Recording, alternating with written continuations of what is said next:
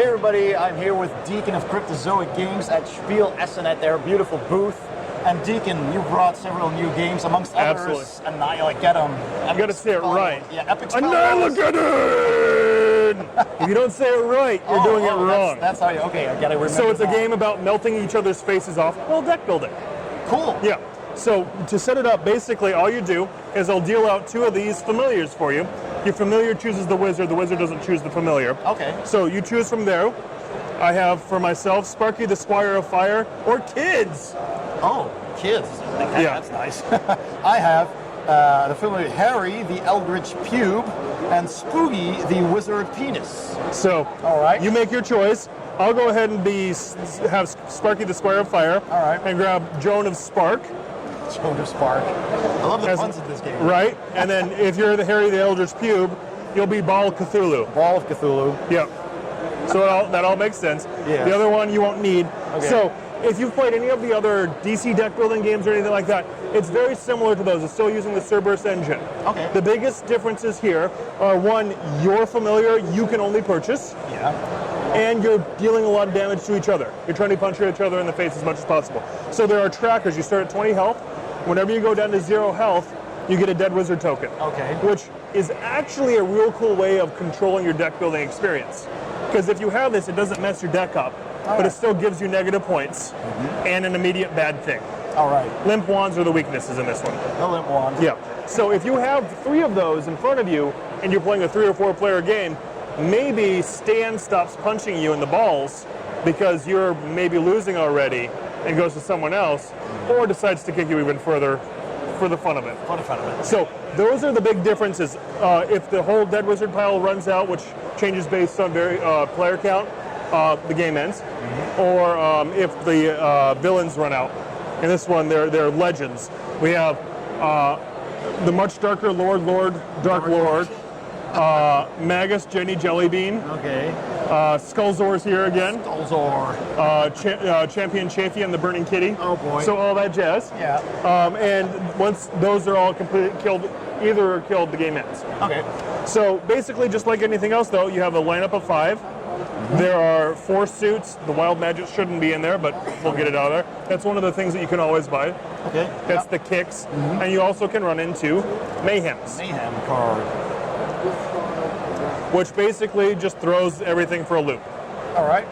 So if that happens like this one says, each player totals the cost of cards in their hand. The player with the lowest total draws 2. Okay. So if you have a bad hand, you've just got a good hand Okay, good. on someone else's turn. Or it might just say, you might give someone else limp wands or whatever the case may be. So there you'd have your lineup of 4 and a starting deck of 10 cards, just like normal. There are 3 fizzle cards, which are basically a vulnerability from the DC deck building game. Okay, yeah. 6 glyphs, which are basically the same thing as a punch. Okay. And then you have 1 wand, which is basically the same as a punch, but it also allows you to ping someone for 1. Okay.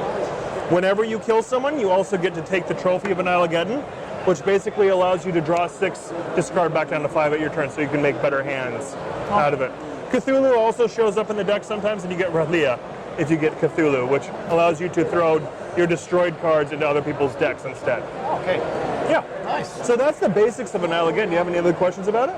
No, I mean it's in the same universe as the Battle Wizards game, so does it build on that? You have the same characters coming back. Yep. And actually, on top of that, there are 4 promo cards included in the game.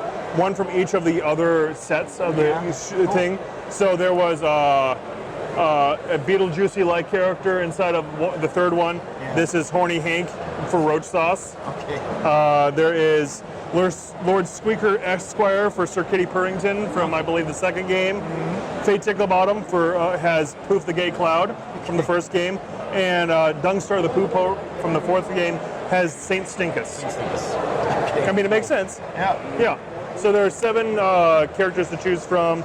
7. Oh, there's also ability tiles too. So everyone has their own ability for the game, just like the other ones. But so we could use the cards inside the other ones we wanted to do the tiles not connected to it. And these are all different, so you have an asymmetrical kind of ability. Okay, that's and you dealt 2 of these at the beginning of the game too, and you decide them after you decide you're familiar. Okay. Yeah. Cool. So you also have a DC deck building game going on? Yep. So with the DC deck building game Rebirth, which we have set up over there, and I'll talk you through it over there. Yeah. For the DC deck building game Rebirth, it's a new start to the series while we're continuing the other series as well. So think of DC deck building game as this, the Cerberus engine itself as this tree with many, many branches. Yeah. This is a new branch on that tree for brawl style games. That's a new branch on the tree that's movement style. Okay. So have you ever played when we did Attack on Titan, the deck building game? No. I've seen it, but yeah. It has some movement elements as well. We've refined things that we learned from that game and turned the whole movement section into a big, basically clock face. Okay. So you have 10 locations that you can move to. 5 are actual locations inside of the DC universe, and the slots in between them are where you can pick up your cards from the main deck. Mm-hmm. And the biggest difference in the game is instead of having vulnerability cards in your main deck, you have 3 run cards, which move you 2. Okay. So they're floating just like power is, and you can move here, and you have to just be on a spot to move there and pick it up. Okay, cool. And so you might pick up here, move there, and pick up that one. Right. The other biggest thing about it is it comes with an 8 scenario linked campaign.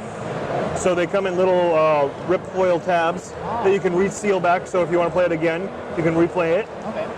And as you reveal the game, it reveals more story and more interesting things as it goes through. And it's a fully cooperative experience out of the box or competitive. So however you want to play. Oh, that's fantastic. And if you don't want to play the campaign, you just shuffle up the location, shuffle up the deck and play defense or cooperative. Okay, cool. Yeah. And will we be seeing expansions for those as well? That's the plan. Right now we're looking at how this can be expanded in ways that fit its theme. We're looking at how Rebirth can be expanded within the movement style of theme, while not forgetting about DC deck building proper, and making sure that those get the love that they still need. Like we just released at the show Batman Ninja today. Oh, cool. Yeah. Wow. Yeah. So keep it rolling. Well, Dekan, thank you very much for your time and your overview. And thanks for watching. Thank you, guys. If you enjoyed the video, give it a thumbs up.